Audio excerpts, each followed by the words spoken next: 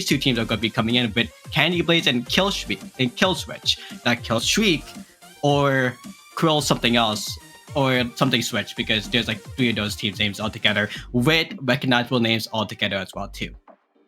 Yeah, I am very well familiar with Krill Switch. I remember subbing in for them multiple times in the past during the beginning of the year, and I'm very excited to see what kind of crazy gameplay they will have in store for us. But anyways, folks, we are heading straight to round number 2 of Swiss bracket. Candy Blaze versus Krill Switch. What do we see here, Jordan? We are going to be seeing Kill Switch. Well, funny enough, the main thing we're going to be seeing is an arrow spray, and we're going to be seeing Not surprised. Regular flow. Well, for me, 413, actually, if any of you know about the NSC, we do see Kill Switch with that arrow spray. That arrow spray is going to be the main demon in Splash. So definitely on this mode as well, because this is actually what helped one of the NSC teams win one of these Mahi games like this, because of Meat Boy right here with the average spam of the Reef Slider. But the main thing is, though, again, for Kill Switch, with Red Eye actually holding on to that pole, that's not going to be the force pole. This is going to be the one with the missiles. That's going to be helping as well, just to push the enemies back. Yeah, and right now we see the Kraken activated on the side of Candy Blaze right now. They are using it to shred the crab, and they didn't use it and wasn't able to shred it enough, and just went ahead and switched back. And sure enough, though, Candy Blaze was able to retake the zone, and now they have pretty much control of the map. So all I'm sensing is that they probably are going to be painting up for their resources just to keep stalling out a little bit long in order to get that lead swap. We see them being thrown out right now, but the Reef Slider coming in from Meat Boy went out, but unfortunately it didn't take control of the zone. But Meat Boy went ahead and survived and tried to go for some picks with both the Fizzy and the Aerospray itself. Unfortunately, though, they get taken out in the process. We saw the Booyah coming out earlier. They unfortunately get taken out in the process as well. But still, though, regardless, Krill Switches was able to get a lead swap, and what an insane Fizzy double coming from Meat Boy. Well, I can say in earlier spaces, that might be. I thought that I had the pro with the whistles, but that's actually going to be the one on Candy Blaze that had the missing one, because with Red Eye, they have the pro with the crab, which actually they have been pushing for a couple months now, if you saw them online. But it's really good to see that they are going to be playing it off well if they have control on the map, like right now, because they're going to be set up in the far right corner. A really good position for anyone who's trying to go for the drop. With the Kraken front ammo, it's going to be a little bit of situation right there, but because the painter from Grocery is not here, aka the Aerospray, and S-Plus being far behind as well, the Aerospray didn't even get eliminated, but Red Eye still holding on really strong right now, and Candy Blaze having 2 down as well, but the missile's still out as well too. This is going to be a really hectic play right now, but Red Eye getting a triple to getting a quad on stream. Maybe a fifth on if Emma's going to be falling victim, but right now they're playing it safe, but that zone cap is going to be staying them alive. I absolutely love Red Eye's movement that they played. One of the things that you got to do with the Splattershot Pro is just have a lot of movement when fighting your targets. Like, you got to really, it's definitely. It may seem like pointless, but if you think about it, just moving around can really help you reposition your aim, or readjusting your aim, I should say. And sure enough, that's what Red Eye did, just readjusting the aim and just having a lot of movement. But we're getting a bit off topic, off topic, as we see here, Candy Blaze were able to come in clutch and able to retake the zone. Now all they got to do is just try to figure out a way to have a really good position in order to stall out as much time as they can in order to get that lead swap. And as I could see, the penalty seems to be up for them.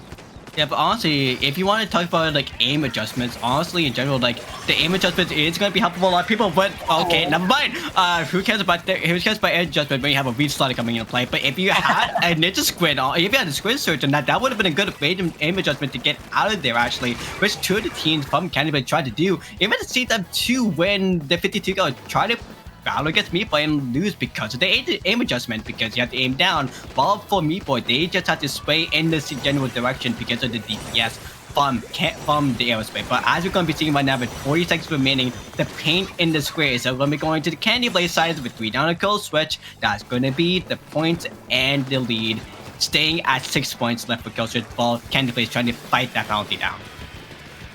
Yeah, and this is what I mentioned before. Like, just having needing to have a good position will definitely benefit a lot, especially for Candy Blaze, because, well, as you can tell, that can happen. Yep, aerospace moment, basically, in a TLDR. Just like the last 5 seconds or last 30 seconds in Turf War, it's basically going to be the last few seconds in Splash Zones. If Candy Blaze getting the zone last second, but not in this exact frame for overtime to push out. And we're going to be seeing Kill Switch getting the first point in the set.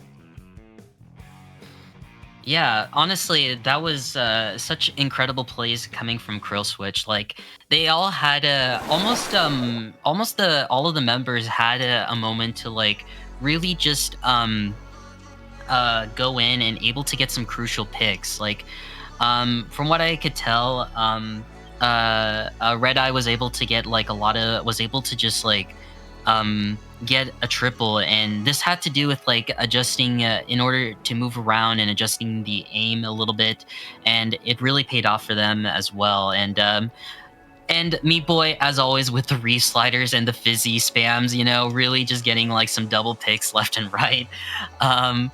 And yeah, like almost they pretty much had like a lot they pretty much like figured out exactly what they had to do.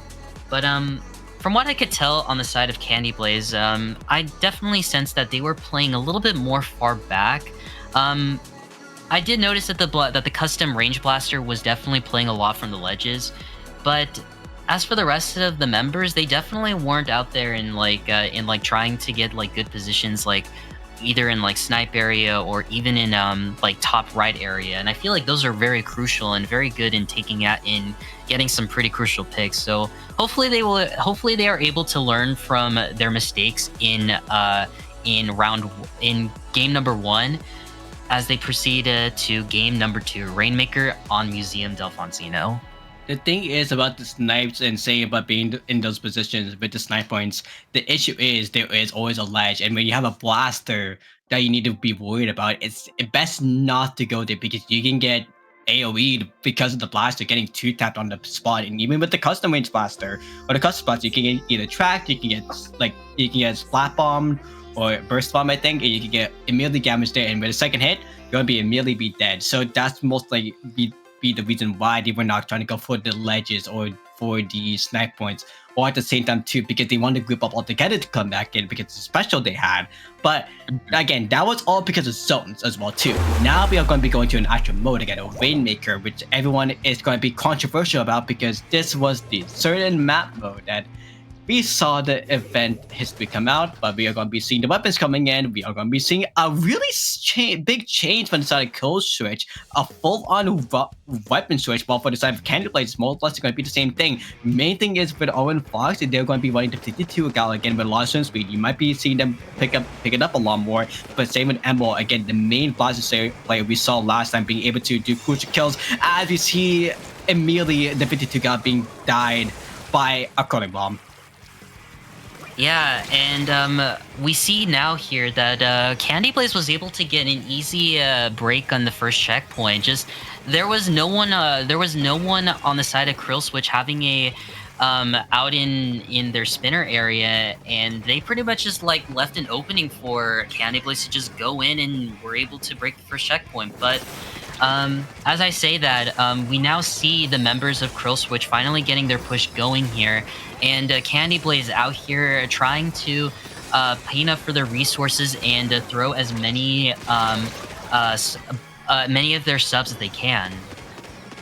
The thing is as well for Culture, they might be thinking like a third eye kind of sense, because if you saw it before, okay, well, congrats to me, boy, you got a hammer kill. The main thing is though for Culture, they let the Candy Blaze actually pick it up first because they want to get control, they want to get specials first, because if you saw in the first 5 seconds when they got the checkpoint, immediately Witches got featured. Oh, where is the Reaper going?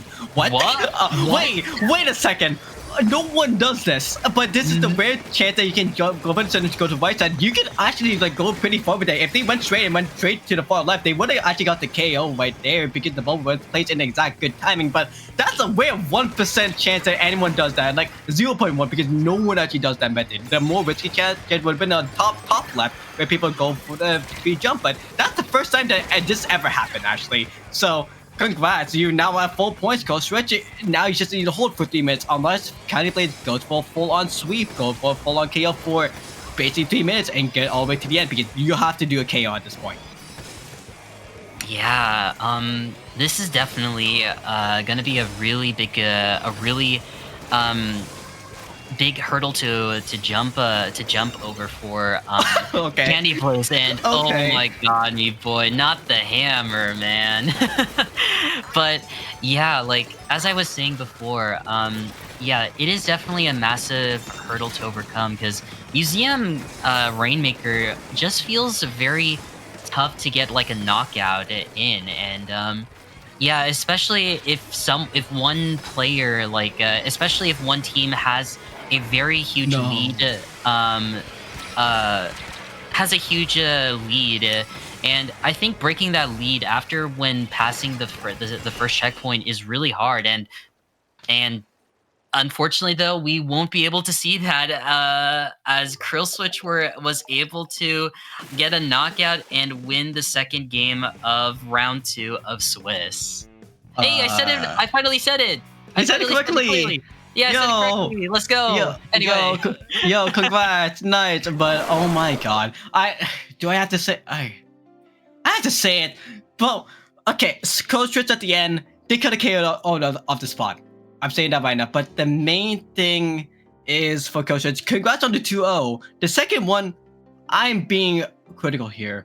Why did you have to do that, man? That's a little bit of disrespect right there. So like, honestly, like, congrats you got the 2-0 on me, boy. Yeah, congrats on flexing. But dude, that's a little bit disrespect. If the other teammates and if the other people for Canada players like notice it out and say that was disrespect, all fair. That it's a little bit just playing with your food there. But again, congrats, you won the 2-0. But maybe KO a little bit quicker next time. But the main thing is though, we saw that you do the 0.1% jump, so congrats there too. We saw you guys play aggro really good. That's really good for you as well. And as well in your group, you are going to be moving on to having to fight against your seed number 4, by the way. So good luck with that, being seed 25. But again, the main thing is they are 1-2-0. They move on to either move on to Hamhead or to Great White. But for Candy Blaze, though, they are seed 53. They are trying the best, and they definitely did try the best overall. They were able to hold in the game 1 really well, but in the game 2, they were just being super aggro. They were playing pretty slow compared to Kill Switch, because Kill Switch was playing super fast. He had a hyper aggressive comp, just like a blank Z kind of comp right there. While for Candy Blade, they were trying to catch up. They were trying to just play in 1v1 fights, but unfortunately, the 1v1 fights turned them into death. So, congrats to Kill Switch. Again, you'll be moving on. Candy Blaze, you'll be moving on to battle against Seed 53 to see if you move on to Mako bracket or to Lantern bracket. But again, that will be it for that match. And also one thing I have to shout out, because you know some people from coaches, I know about Red Eye, so shout outs to Red Eye and also to Owen as well. And I think that would be enough for me to talk about them. Do you have any last thoughts of that match before we possibly go to break? Not a whole lot to say, but I will say that, like, despite the struggle during those 2 games, I really do think that Candy Blaze really had some golden moments during zones. Like, they were able to flawlessly retake the zones quite a lot, and just were able to get some good stalling in and get some good picks, get some pretty crucial picks left and right. Yeah, unfortunately though, I cannot say a whole lot during Rainmaker on Museum, because yeah, that happened. So That happened. Yep. But regardless, though, still a really good effort played by Candy Blaze, and hopefully, in the next round, uh, things will definitely be a better time for them. But anyways, we will be taking I believe, a break